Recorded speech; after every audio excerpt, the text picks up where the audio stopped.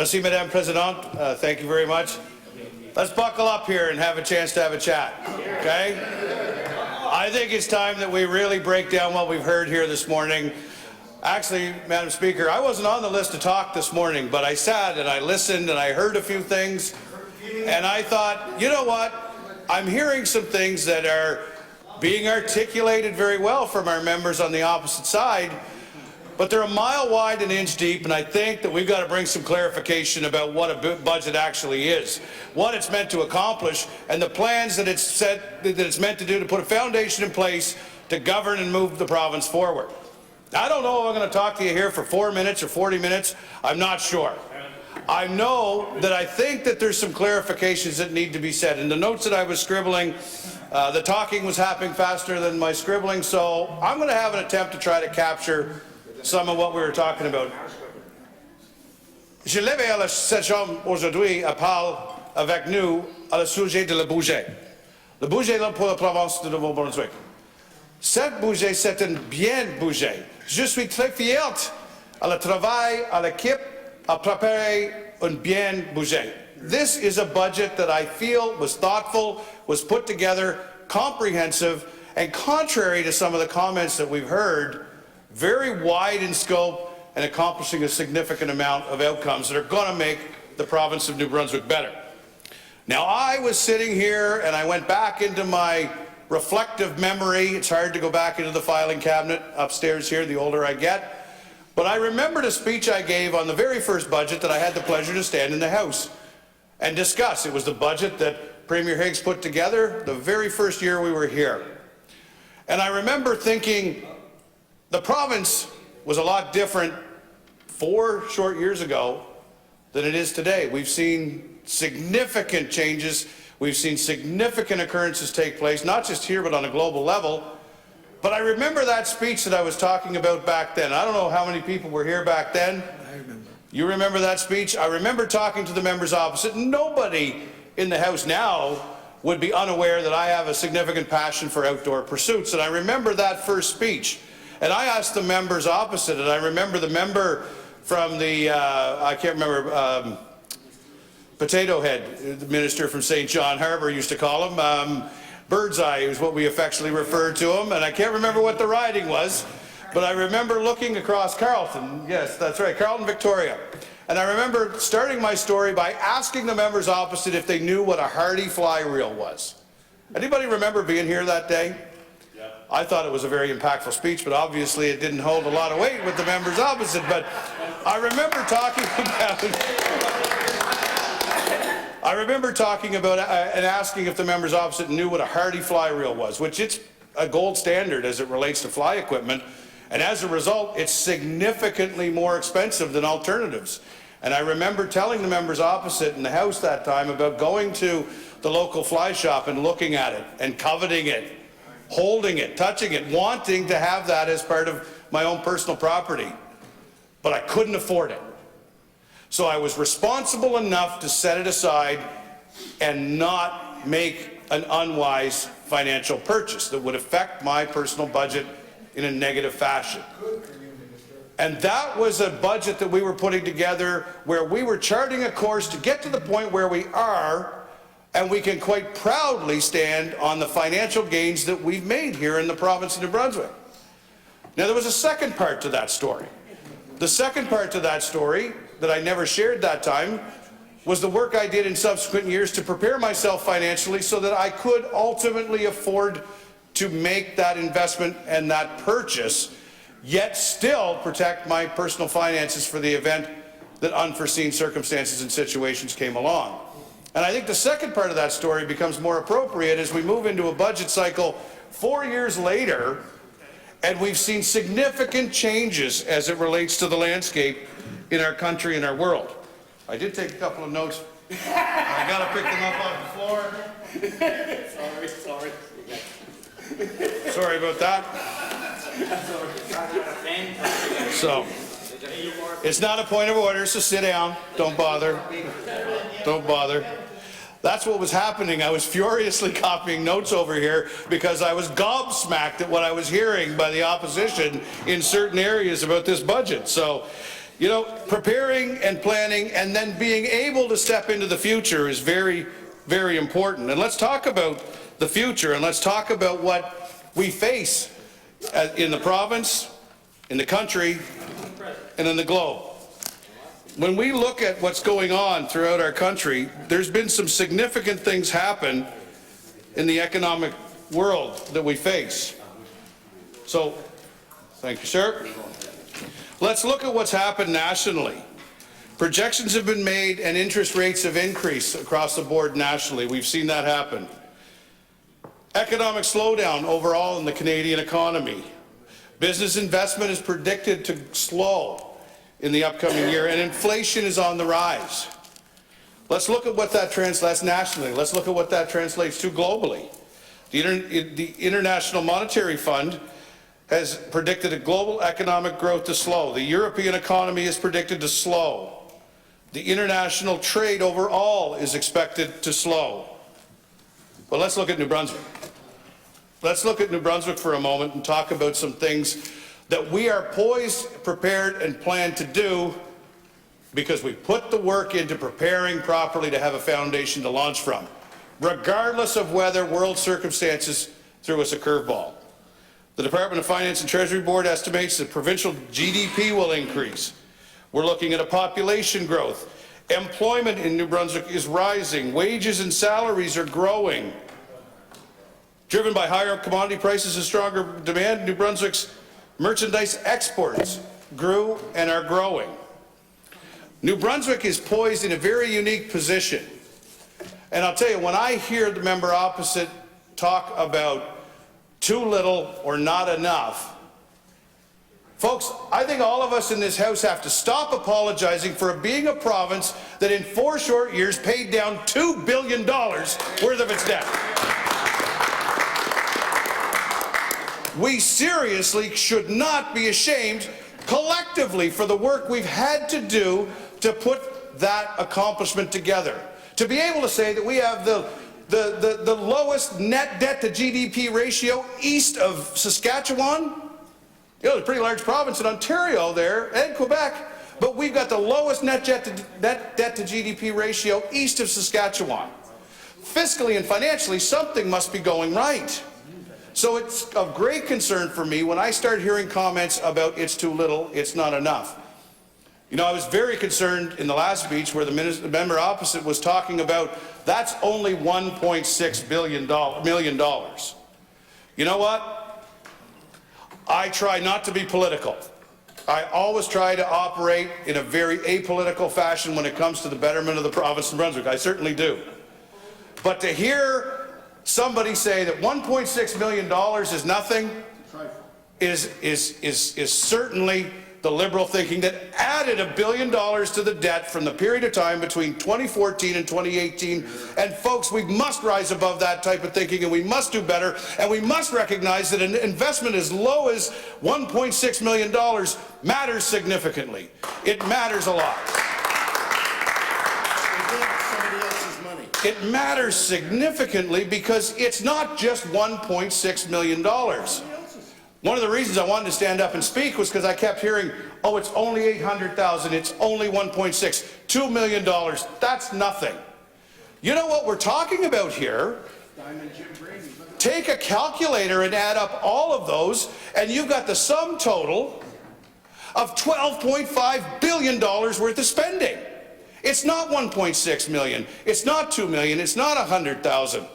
It's a collective aggregate of calculated thought and investments that are going to go into sectors that are going to make real change and a real difference in each and every one of those sectors. We cannot dismiss spending at any level. And we must also recognize that you can spend at this level and save at another level and progressively manage your finances to the point where you have a budget that's bringing a record level increase in spending to health, putting significant billion-dollar investments into education, working to make sure infrastructure is put together to take care of the roads in Kent County, as the member opposite talked about. If this was a situation where we weren't putting money back into the province of New Brunswick, the bottom line total on that budget pamphlet that we were passed around would not be $12.5 billion worth of spending. Please step back, step up, and look at what the overall spending is when it comes to this budget. It is not nothing. And I think that forms an insult to any groups or stakeholders that are receiving those much-needed funds. And as a result, we can invest, and we can be responsible with our finances, and we can bring surplus budgets together. Let's stop apologizing for being good fiscal managers. It's been long absent in the province, and the time has now come. You know, we look at a lot of things that go into a budget, and it's difficult to try to capture them all in a very short, articulated speech. I'm going to try to do my best, and I'm going to qualify my statements by telling all of you that I certainly have no subject matter expertise in financial management.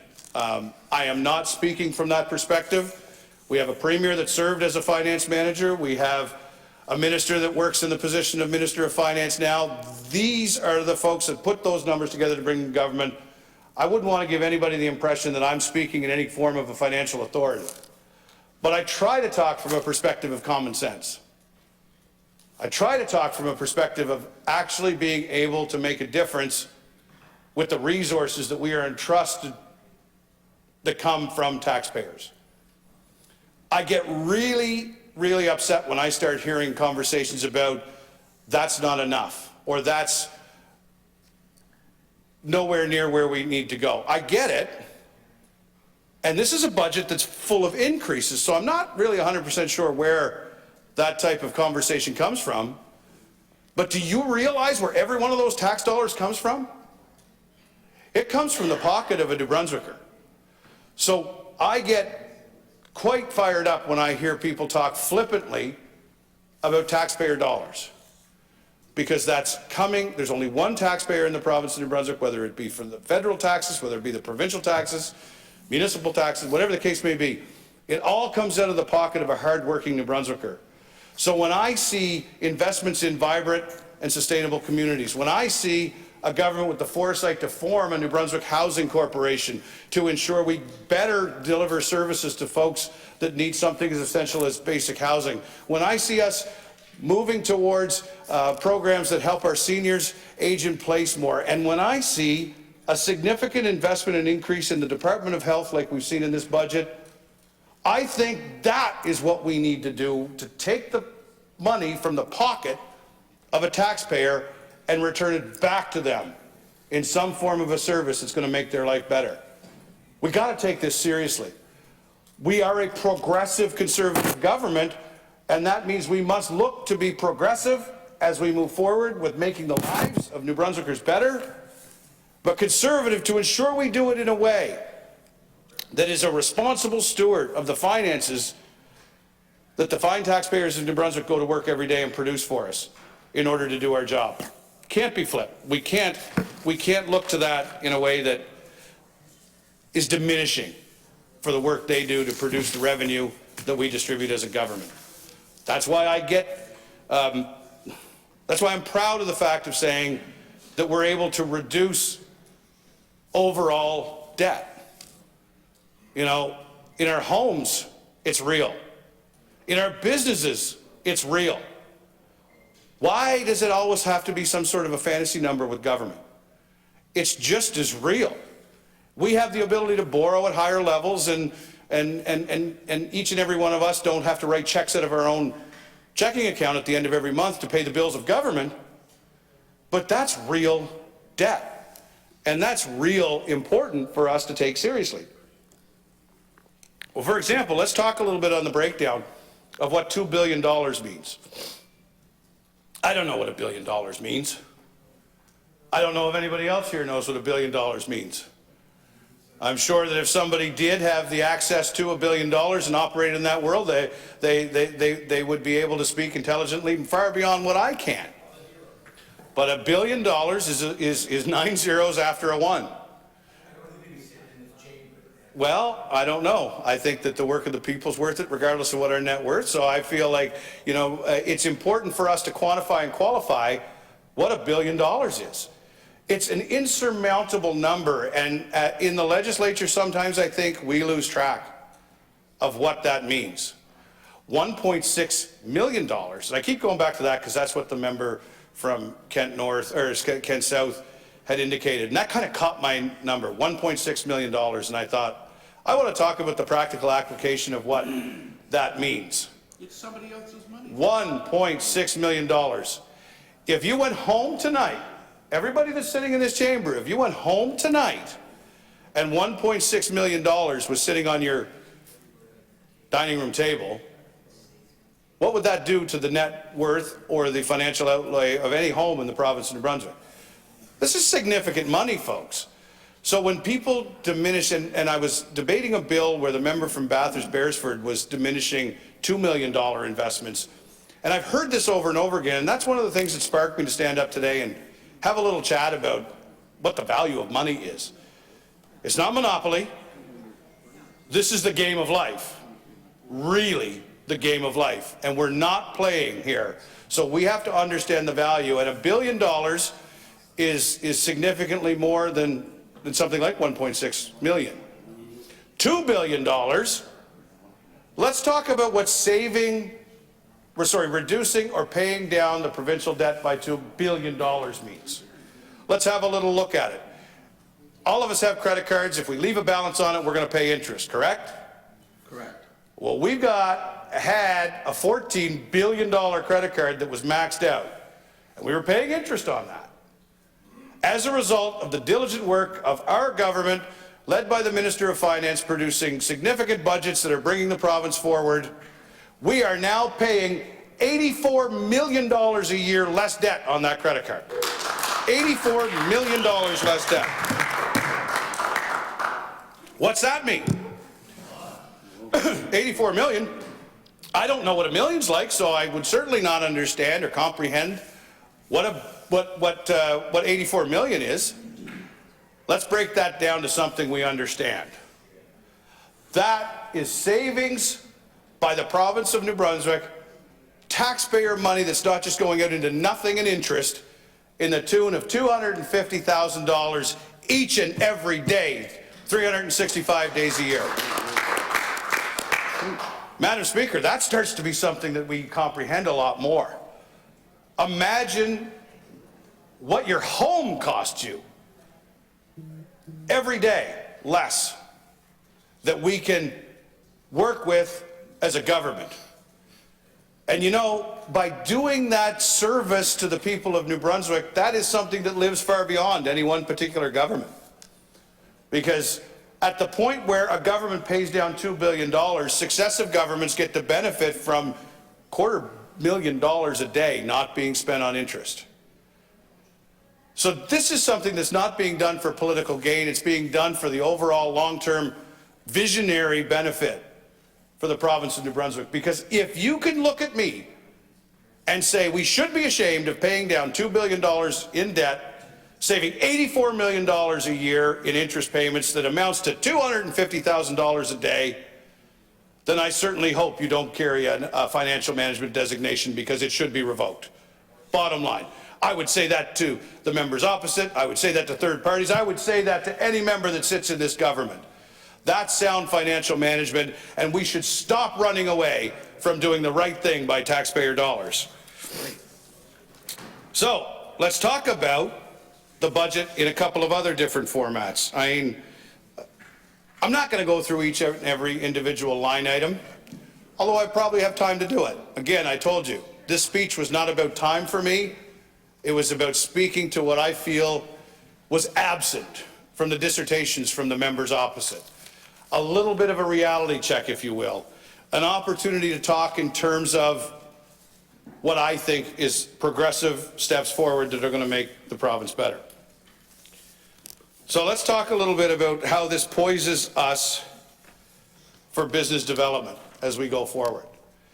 One of the things that the member opposite was talking about, and it's easy for any of us to fall victim to, is to fall into a numbers trap where it just looks like numbers falling from the sky and we don't understand the tangible benefits behind what they do and what they mean. This budget in the upcoming year has an additional $4.5 million dedicated towards silviculture funding. What's that mean? Now, I'm going to talk about that because it relates particularly to my department. And I'm very excited about how it fits into the overall structure and management to create a significantly better forestry industry and primarily, ultimately winding up in a much more vibrant private woodlot sector. You see, that goes far beyond a budget line item, what I just talked about. That is an investment of $4.5 million in silviculture, and we could sit here and we could talk at length about what that means, what that gets invested in, but I want to talk to you about what it generates. We already have investments that we make in silviculture. By increasing it, we can work harder to make an industry more productive. It goes hand in glove with the increased efforts that we're going to do by taking Crown Timber royalties that have been increased and that upward adjustment being reinvested in the private woodlot sector. That is taking an exponential leap and bound into the significant manage of forest for the benefit of increasing fiber with existing footprints to create more opportunities through industry. You know, we talk about $12 billion budgets, but we got to talk about stuff like the $2 billion worth of GDP that comes from an industry like forestry. So $4.5 million of an increased investment in silviculture added to a $5 million existing budget, working in conjunction with a private woodlot sector sustainability fund. What have you done?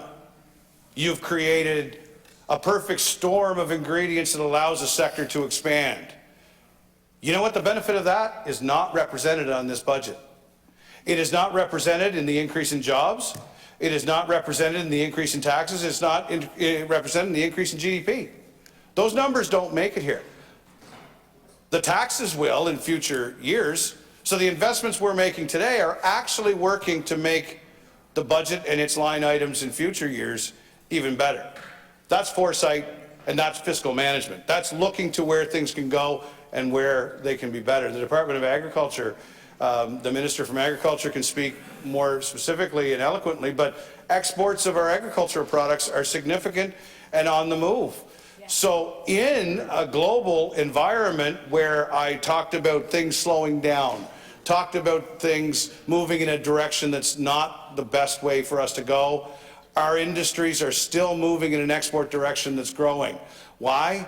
It's because we're responsive to and investing those, air quotes, little bits of 1.6 million here and 2 million there, because we've identified what those need to be and we're putting the proper investments there.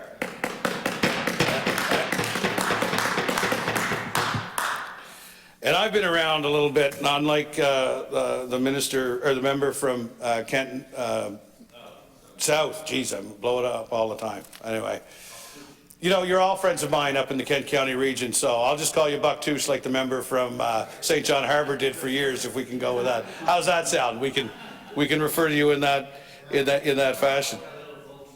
What's that? Oh, we're all amongst friends here. So, you know, when we talk about investments made for future development, when we talk about it, we've got to look at it in terms as though we are operating a business. Areas like social services with the Minister of Social Development, areas like health with the Minister of Health, we need to make sure we're front-facing with our wallet, but also our heart. And I'm very proud of the work that they've done to create a caring environment for citizens in New Brunswick and backing it up with financial investments. From a business perspective, we have to look and make sure that we're making smart decisions, because smart decisions turn into one thing: profit. Two things happen when you're involved in a business. You either make money with it, you maintain for a short period of time, or you lose. And so we've looked at this from a perspective of what investments do we make so that we can continue to grow, not maintain or not lose, but to grow. And the member from Kent South had talked a little bit, this is where I was going with that, he was talking about only 1.6 million. Well, for a moment, did the members opposite have a look and say, what was needed? How did you land on 1.6 million? Because I've been around a little while, and I'm a little bit older than the member from Kent South, but I've seen Liberal budgets that said, if 1.6 will do it, throw 10 at it, boys, it'll work great. You know, if 4 million works, let's throw 6 at it.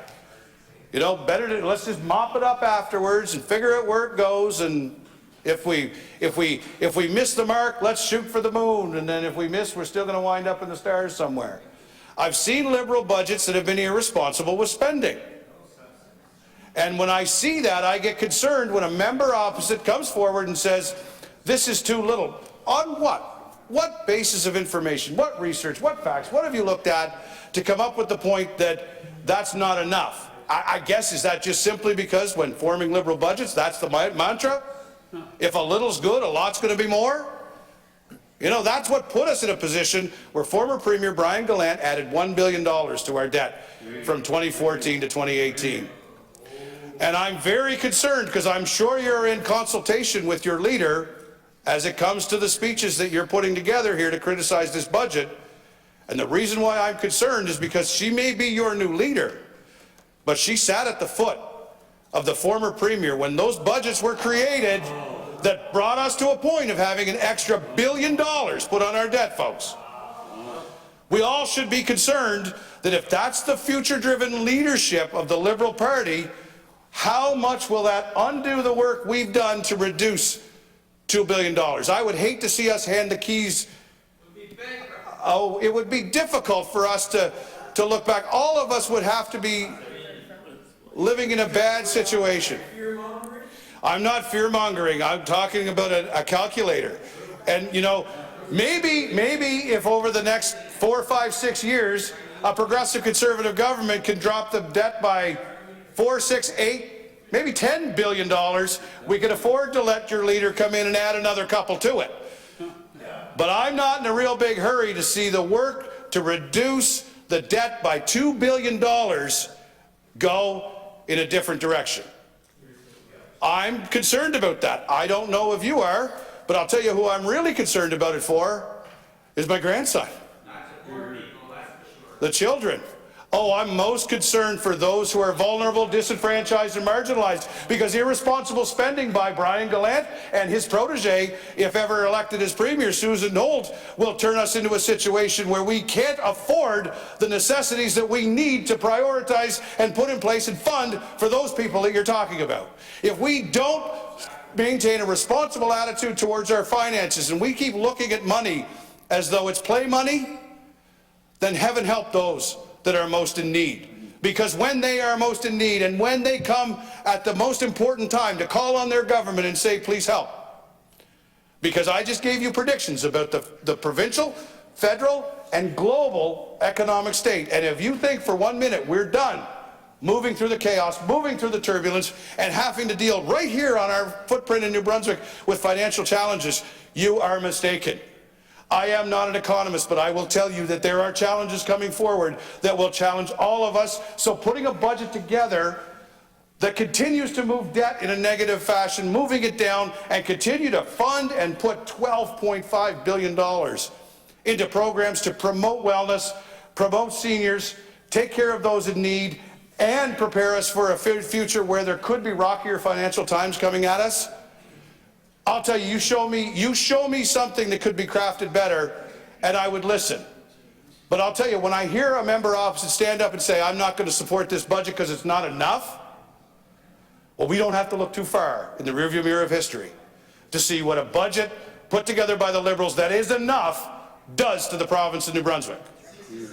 I'm afraid that we can't sustain that type of spending. If we go into that type of spending, and we're not responsible, and we're criticizing amounts of investments like $1 or $2 million, that's a problem. He's not done yet. Yay!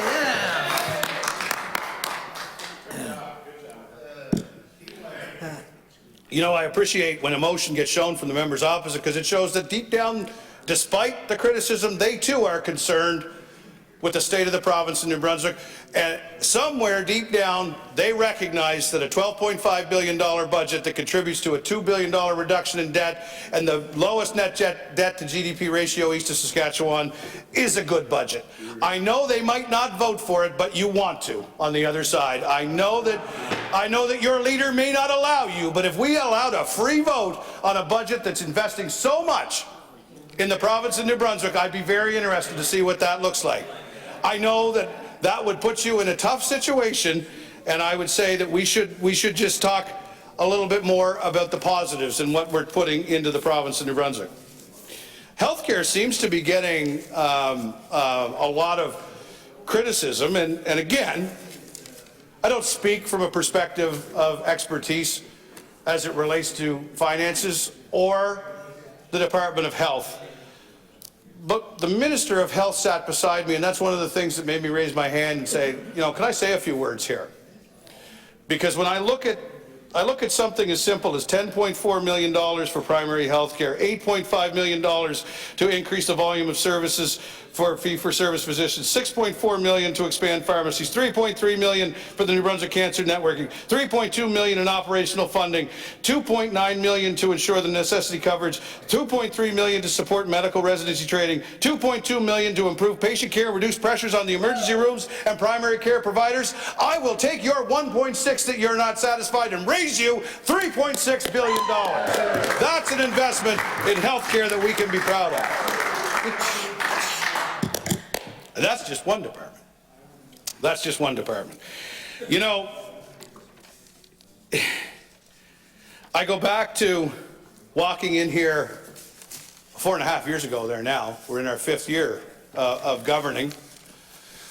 And there was some naivete, there was some lack of knowledge, and there was certainly some wide-eyed idealism about what it means to be in government. And you know what? I don't stand here disingenuously talking about perfection. I don't want anybody that's listening to this to hear comments or statements that this is perfect, this budget is perfect. I'm not saying that at all. I'm not saying that at all. And could it be better? Absolutely. Could it do more? Absolutely. Are there areas where we're concerned that we weren't able to hit the mark with this particular budget? Absolutely. But we've got to stop talking in terms of partisanship, division over something. If we can recognize that this budget isn't perfect, but it moves the bar in the right direction, how hard would it be for us to collectively as a legislature say, not perfect, but it's moving in the right direction? The next little bit of what I want to talk about is a challenge that I want to extend and offer to all of my colleagues here in the legislature. Budget vote's a confidence vote. For some reason, we all feel like we have to divide ourselves down party lines. If you're the governing party and you present a budget, you have to say, yay, it's the best. If you're an opposition party and you're looking at that budget, you have to say, boo, it's the worst. Okay? So, what I want to do is challenge us to get away from the partisanship lines. I talk a little bit about some of the energy files that I work on, okay? And I'm going to try to bring a couple of metaphors in here that would relate to some of the work I do on a day-to-day basis. As I said, I've never claimed perfection. I've never claimed expertise in finances or any other particular department other than my own, and half the time I don't even think I'm an expert at that.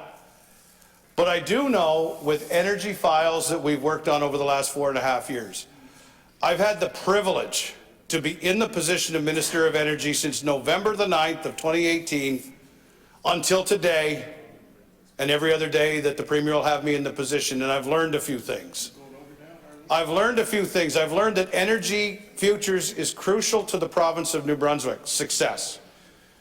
New Brunswick is poised very uniquely with assets to be able to be a world leader and drive jobs, drive GDP, drive taxes, put New Brunswick on the map and keep us there There's a whole new world in front of us. The economic challenges that the globe is facing are economic opportunities for us being poised in the position that we're in. I came to terms with something very early on in my role as the Minister of Energy. I couldn't make it a partisan fight. Now, I joked a little bit earlier that I don't like to be political. I absolutely love to be political. I've grown up in political systems and I absolutely love it.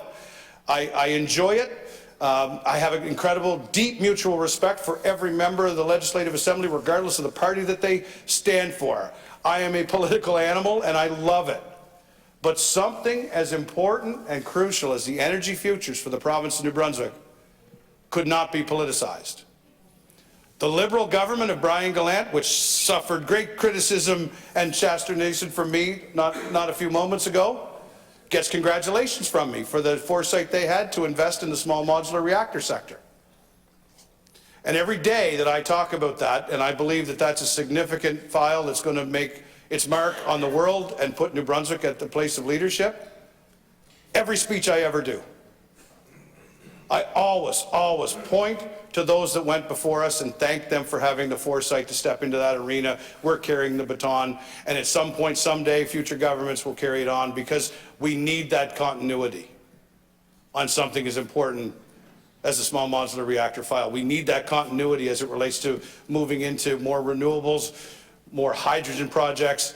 We cannot throw babies out with bathwater at the turn of governments, and it's so important for us to look at what's good for the province of New Brunswick. I feel like we've done that federally and provincially with some of our energy files. So the challenge that I'm going to bring forward to my cherished colleagues here in the legislature is to look at this budget from a perspective of what's good for New Brunswick. Waiting for a budget that hits a 10 out of 10 and is perfect, it's not going to happen. No matter how long we stand in this legislature or how long we have to stand in this legislature. But judge the budget by the spirit with which it was put together and the job that it actually attempts to do. And the areas where we hit good solid 7.5 out of 10, 8 out of 10, occasionally we hit a 9 out of 10. Some spots we're not even 5 out of 10. But it's forward motion. If you look at this budget, members, if you look at this budget and say there's things in there I don't like, I challenge you to look in there and see things that you do.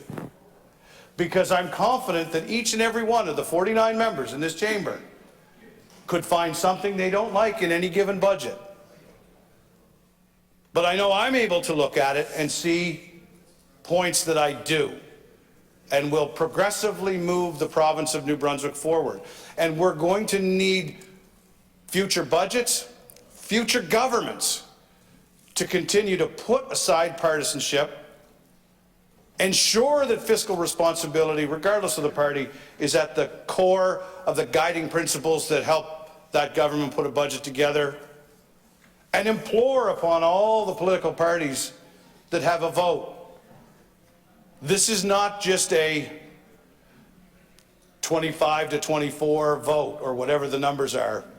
This is not a numerical exercise, but rather an opportunity for each and every member of the Legislative Assembly of the province of New Brunswick to do something historic on the cusp of moving through COVID into a world that's filled with challenges, but filled with opportunities, for us to all collectively come together and look at this budget and say, is it the best? No.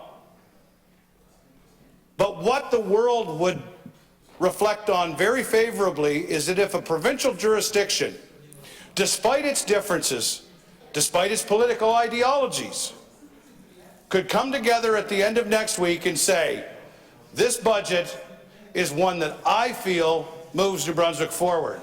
And like myself and my colleagues, I encourage all of you to say, this is a budget I can support. Thank you very much, Madam Speaker.